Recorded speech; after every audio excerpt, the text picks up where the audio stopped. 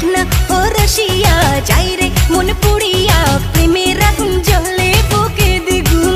এটা ইম্পসিবল ব্যাপার, অলরেডি 2টা বিয়ে করে সে বুঝতে পেরেছে যে বিয়ের কি মজা।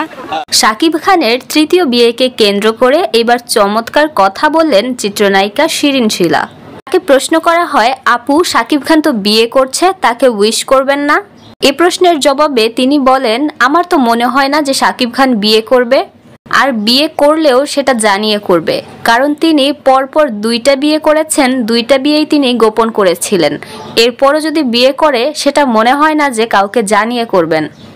এটা ইম্পসিবল ব্যাপার, আমার মনে হয় না যে সাকিব ভাই বিয়ে করছে, সে অলরেডি 2টা বিয়ে করে সে বুঝতে পেরেছে যে বিয়ের কি মজা। তিনি আরো বলেন, শাকিব খান এরপর বিয়ে করলে ডাক্তার মেয়ে বিয়ে করবেন কিংবা অনেক ধুমধাম করে আয়োজন করে বিয়ে করবেন এমনটা মনে হয় না, কারণ 2টা বিয়ে করার পরও আবার বিয়ের মতো প্যারা শাকিব খান নিবেন বলে তার মনে হয় না।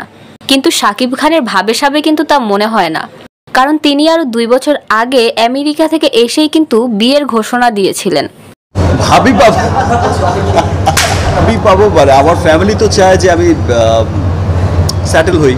সুতরাং তার বিয়ের খবরটা যে গুজব এমনটাও কিন্তু বলা যায় না। বেশ পুরনো একটা ইন্টারভিউতে শিরিন শিলাকে প্রশ্ন করা হয়েছিল, শাকিব খান যদি তাকে বিয়ের প্রস্তাব দেয় তিনি কি করবেন।